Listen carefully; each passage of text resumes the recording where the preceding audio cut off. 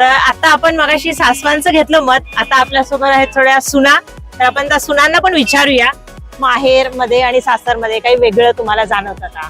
नाही म्हणजे माझ्या पर्सनली तरी आयुष्यात असं काही नाही नव्हतं. म्हणजे माझ्या सासूने मला तेवढा जीव लावला आणि जेवढा आईने लावला. माझा एक्सपिरियन्स आहे, मला काही नाही फरक जाणवत. आणि अशा 100त एखादी केस असेल ती मी आहे की जशी आई असते तशीच सासू आहे, जशी आई काळजी घेईल तशीच सासू घेईल, जशी आई तव्यावरची पोळी वाढेल तशी सासू पण वाढते. सर माहेरचा डिफरन्स जसा सासूसाठी मुलगी आणि सुनेमध्ये जो फरक असतो तोच त्या मुलीसाठी आई आणि सासूमध्ये. हे जे सासू सून किंवा घरामध्ये जे सासरी भांडण होतात, मे बी तुमच्या नसतील होत पण होत असतात खूप ठिकाणी, तर त्याचं मेन रिझन काय असेल असं वाटतं तुम्हाला? काय असू शकतं? मेन हा म्हणजे सहवास असतो मेन म्हणजे. जर तुम्ही सहवासात राहिले एकमेकांच्या, तर मनातल्या आडी ह्या वेळी जर तुम्ही काढल्या तर हे वाद म्हणजे होतात, त्या नाही होत.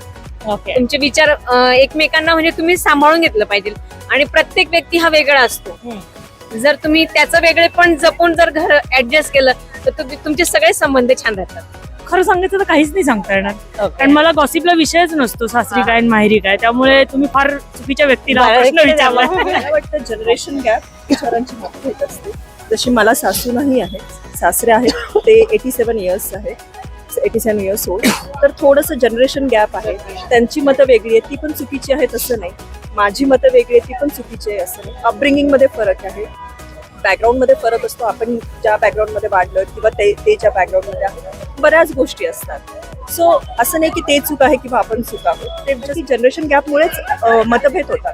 पण याला सोल्युशन काय असू शकतं? काय सोल्युशन हेच असतं की थोडं ऐकायचं, जिथं ऐकायचं तिथे कॉम्प्रोमाइज करायचं, जे ऐकण्यासारखं नाही तर सोडून द्यायचं, मौन राहायचं आणि आपल्याला जे वाटतं ते करायचं. काही आम्ही सोडायचं, काही त्यांनी सोडायचं. झालं तरच तो हॅपीनेस राहू शकतो. अदरवाईज कॉन्फ्लिक्ट आणि मग घरच्यांना विचारूनच घेतला पाहिजे प्रत्येक डिसिजन.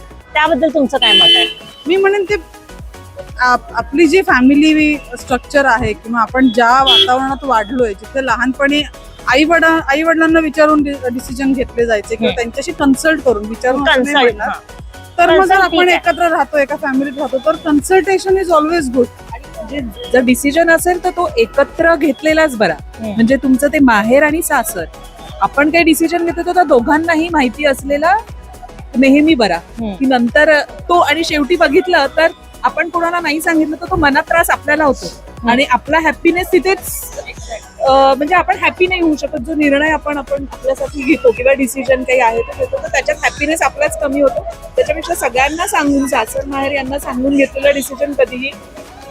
मेजॉरिटी तुम्ही ज्यांना विचारताय ते सगळे आम्ही इनलॉज बरोबरच राहतो. मतभेद होतात पण तरीही आम्ही एकत्रच आहोत. आमच्या सगळ्यांच्या लग्नाला मोर दॅन 10 इयर्स झाले, पण आम्ही सगळे एकत्र राहतो. भांडणं पण होतात पण वेळ आली की आम्ही एकत्र पण येतो.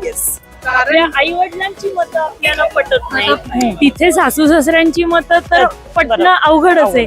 जसं ते आपल्या आई वडील आहेत म्हणून आपण सोडून देतो आई बाबाच आहेत, तसं हे सासू सासरे आहेत म्हणून सोडून द्यायचं. सासू सासऱ्यांनीही जसं आपली मुलगी रागात बोलली सोडून देतात, तसं सून रागात बोलली हेही सोडून दिलं पाहिजे. जसे सासू सासऱ्यांना माहिती असतं की म्हातारपण आल्यानंतर आपला मुलगा सून किंवा मुलगी आणि जावई हेच आपलं करणं आणि तेच शेवटी येतात. तसं आपल्याला पण माहिती पाहिजे की आपल्याला जर नोकरी करायची आहे आणि जर बाहेर पडायचं असेल तर आपली सासू सासरेच आपल्या मुलांना सांभाळणार आहेत. आणि घरात मुलांना आजी आजोबांचं छत्र मिळणं काय असतं याचा इम्पॉर्टन्स जेव्हा समजतं तेव्हा ऑटोमॅटिकली ऍडजस्टमेंट होतात. सो इथे दोन्ही साईडनी असेल तर टू वेज असेल तर ते सस्टेन होतं आणि त्यामुळे लॉंग टर्म मध्ये टिकतं. सांगितलं की मोर दॅन 10 इयर्स झालेले आहेत, त्यामुळे ह्याच्यामध्ये आम्हाला इतके सगळे अनुभव आलेले आहेत, इतके चढउतार बघितलेले आहेत. त्याच्यामुळे हे तर 100% सांगतो की शेवटी जे येतात ती आपली फॅमिलीच उभी राहते. कितीही तुमच्यात भांडणं होऊ देत, कितीही वादविवाद होऊ देत, तुमचं मौनव्रत राहू देत, पण उभे राहणारे तेच असतात, एवढं मात्र नक्की. नवीन जे सुना होणार आहेत, अजून लग्न होणार आहेत, त्यांना काही सजेशन तुम्ही देऊ शकता? Less expectation, more happiness. Take it as it comes. Yes, Okay. Detachment खूप माझं खूप जास्त एक्सपेक्टेशन नको की मला असंच हवंय. आम्ही आपल्या दिल्या घरी तसं की राहा. Take it at its come. जसं तुम्ही काही गोष्टीत लाडावलेले आहात तसं समोरची पार्टी पण काही गोष्टीत लाडावली किंवा एका सर्टन वे मध्ये ग्रो झालेली असते. तुम्ही जसं ऍडजस्टमेंट करायला रेडी नाही तर समोरची पार्टी पण करायला नसेल हे जेव्हा समोरचा माणूस समजून घेतो तेव्हा ऑटोमॅटिकली ऍडजस्टमेंटला सुरुवात होते. Two side always two side. अजून मुलीला आपल्या आई वडिलांबरोबर राहावंसं वाटतं, तसं तो मुलगा आहे, त्या मुलालाही त्याच्या आई वडिलांबरोबर राहावं लागणार. त्याच्यामुळे कॉन्फ्लिक्ट आणि थोड्याशा गोष्टी चालणारच, एक्सेप्टन्स ठेवायचं आणि अडॉप्टेशन ठेवायचं, मग हॅपीनेस ऑटोमॅटिकली येतो. हेच नवीन मुलींना सांगायचं म्हटलं तर हेच सांगू शकते मी. Should give a chance. जर नसेल तर then it is your choice. तुम्ही किती ट्राय करण्याची तुमची कपॅसिटी आहे. 1 ट्राय, 2 ट्राय, 3 ट्राय. एक वन साइडने खूप ट्राय होत असेल तर नाही, one side never works. It should always be two sided. तुम्ही एकदा दोनदा ट्राय कराल, but if someone is not interested then just give up. No problem ना. ते जर त्यांना जर त्याच्यात हॅपीनेस आहे तर let them happy. Okay, right.